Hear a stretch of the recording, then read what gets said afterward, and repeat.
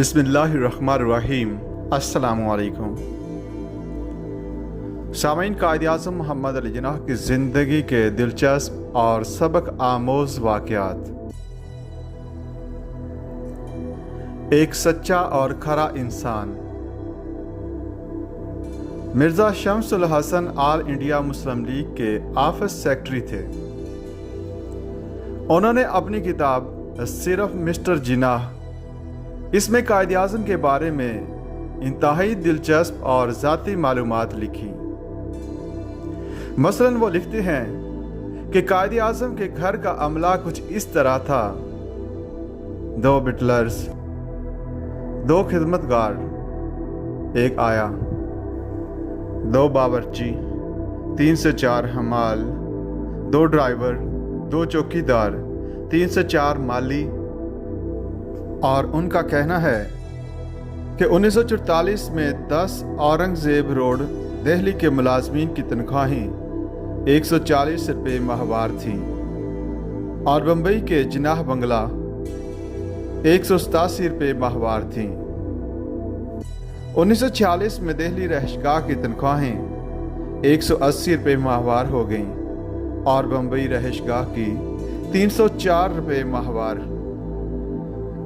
मजीद वो लिखते हैं कि कायद डिसिप्लिन के बहुत पाबंद थे, मगर उनमें तमाम तर इंसानी हमदर्दियाँ भी मौजूद थीं। एक घरेलू मुलाजम रोशन खान का बाप इंतकाल कर गया। उसने छुट्टी के लिए दरख्वास्त दी। कायद इस वक्त दौरे पर थे। उन्हें रोशन खान का 18 मार्च 1944 ईस्वी का खत 27 मार्च 1944 को लाहौर में मैसूर हुआ। उन्होंने इसका फौरन जवाब दिया: डियर सर, आपका खत मिला। आपके वालिद के इंतकाल की परमलाल खबर पर मुझे बहुत अफसोस हुआ। हम 10 अप्रैल के लगभग बम्बई पहुंचेंगे। अगर आपको इससे पहले जाना पड़े तो उम्मीद है कि आप मेरी वहां आमद से पहले कोई काबिल एतमाद मुतबादल छोड़ जाएंगे। आप मेरा ये खत चाहे वाला को दिखा दें, वो आपको मार्च की तनख्वाह अदा कर देंगे। अफसोस कि मुझे आपका खत ताख़ीर से मिला, क्योंकि मैं 26 से दौरे पर था, इसलिए मैं आपको कबल अज़ें जवाब ना दे सका। मिर्ज़ा शम्सुल हसन लिखते हैं कि ऐसी ही एक सूरत हाल में एक और मुलाज़म अब्दुस सत्तार था, जो कायद की मुलाजमत छोड़कर तहसील हरीपुर में अपने आबाई गांव चला गया, क्योंकि उसका बाप बीमार था। कुछ दिनों बाद उसका बाप इंतकाल कर गया। अब्दुल सत्तार ने कायद को लिखा कि आया आप मुझे दोबारा मुलाजम रख लेंगे। ये खत मुलाजम की अपनी तहरीर में किताब में दर्ज है, जो टूटी फूटी उर्दू में लिखा गया है। कायद ने अब्दुल सत्तार को 20 नवंबर 1946 को जवाब दिया: आपका खत मिला। आपके वालिद की वफ़ात का सुनकर अफसोस हुआ। आपको दोबारा मुलाजिम रखते हुए मुझे खुशी होगी। आप 15 दिसंबर को, जबकि मैं मुंबई में हूँगा, मुलाजमत शुरू कर सकते हैं। हमारे कायद डिसिप्लिन के सख्त पाबंद थे।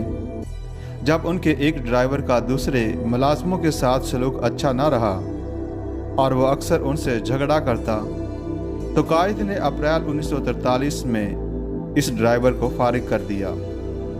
इसके इसरार पर कायद ने उसे चाल चलन की जो सनद दी, वो उनके मजाज की निशानदेही करती है, जिसमें वो किसी की रियायत नहीं करते थे।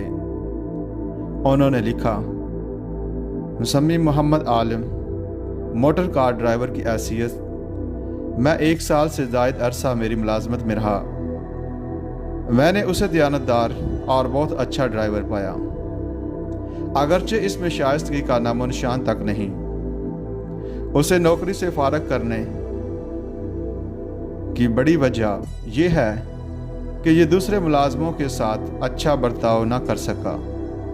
हाल ही में इसने मेरे खिदमतगुजार के साथ ज़बरदस्त झगड़ा किया, इसलिए मैं उसे फारग करने पर मजबूर हुआ।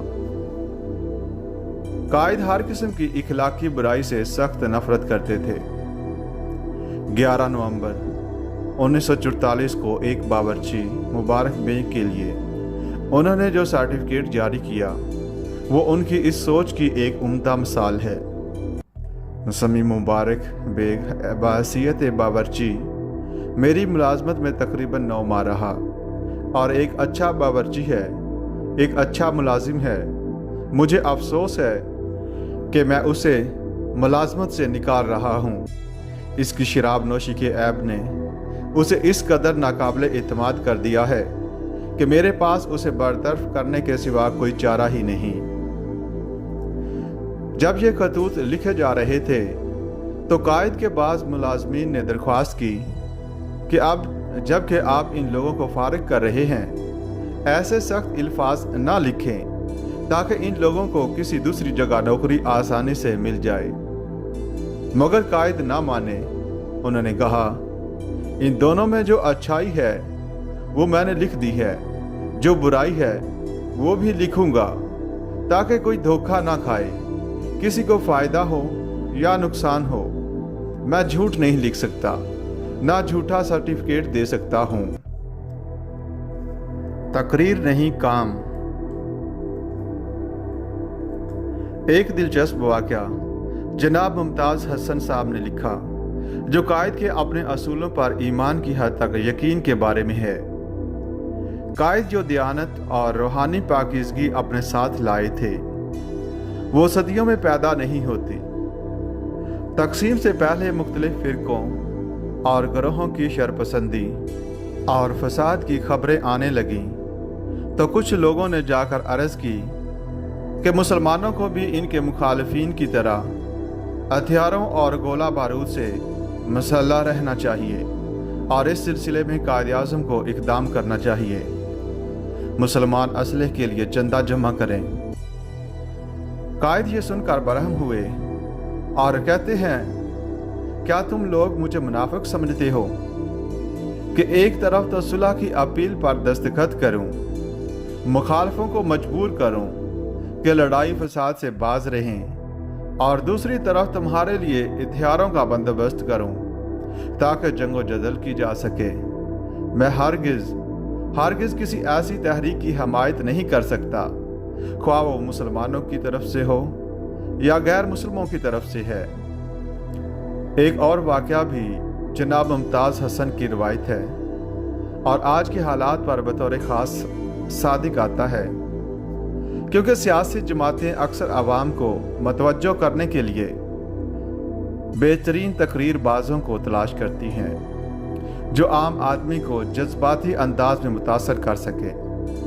मुमताज़ हसन लिखते हैं, पीरज़ादा मोहम्मद ज़काउल्लाह मरहूम ने जो तकसीम से पहले शिमले के एक सरगर्म मुस्लिम लीगी कारकुन थे, मुझसे कहा कि जब कायद-ए-आज़म ने 1937 में मुस्लिम लीग की तहरीक शुरू की तो उनके साथ कम ही लोग थे। मुझे ख्याल हुआ कि कुछ ऐसे आदमियों को मुस्लिम लीग में लाना चाहिए जो आवाम के बड़े बड़े जलसों में तकरीरें करने के आदी हों। एक अरसे की कोशिश के बाद मैंने एक मशहूर गैर मुस्लिम लीगी मुसलमान को मुस्लिम लीग में शामिल होने पर राज़ी कर लिया, जो बला का मुकर्रर था और जलसों में हाज़रीन को मैसर कर लेता था।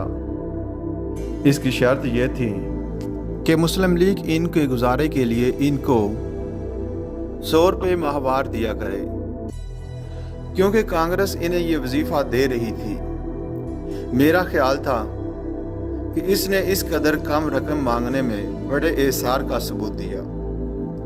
मैं खुशी खुशी कायद-ए-आज़म के पास पहुंचा कि एक मशहूर मारूफ कांग्रेसी कारकुन, जो एक ज़बरदस्त मुकर्रर भी है, मुस्लिम लीग में आने के लिए तैयार है और इसकी शर्त यह है कि हम इसके लिए फ़कत 100 रुपये माहाना का बंदोबस्त करें। अब आप इजाज़त दें तो मामला फ़ौरन तय हो जाए। अगर ज़रूरी हुआ तो हम लोग इस रकम का बोझ मुस्लिम लीग के मरकज़ी फ़ंड पर भी नहीं डालेंगे और मकामी तौर पर खुद ही इंतज़ाम कर लेंगे। पीरज़ादा साहब मरहूम का बयान है कि कायद-ए-आज़म मेरी बात सुनकर ज़रा भी खुश ना हुए और बोले, मुझे अफसोस है कि मैं इस तजवीज़ से मुत्तफ़िक नहीं। ये काम मुसलमानों का अपना काम है और उसे करने के लिए किसी मुसलमान को कोई रिश्वत देना मेरे नज़दीक कतई जायज़ नहीं।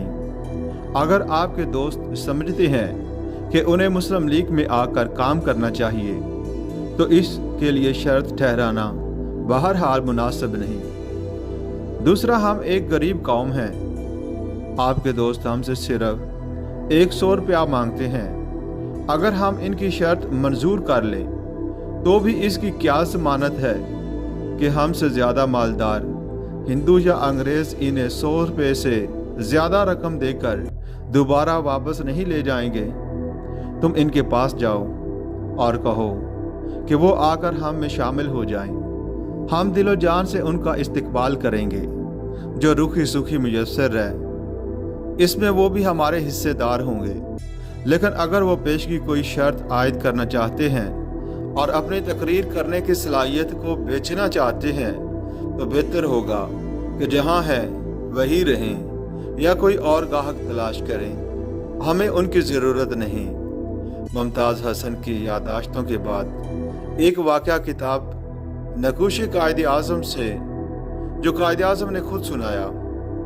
उन्होंने कहा, एक दफ़ा का जिक्र है कि मैं एक बड़े सेठ के यहाँ मेहमान था।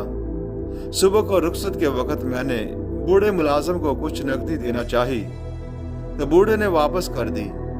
मैंने इस ख्याल से कि बड़े आदमी का मुलाजिम है, शायद इस रकम को अपनी पोजीशन से कम समझता हो, रकम को दुगना कर दिया, लेकिन इसने फिर वापस कर दी।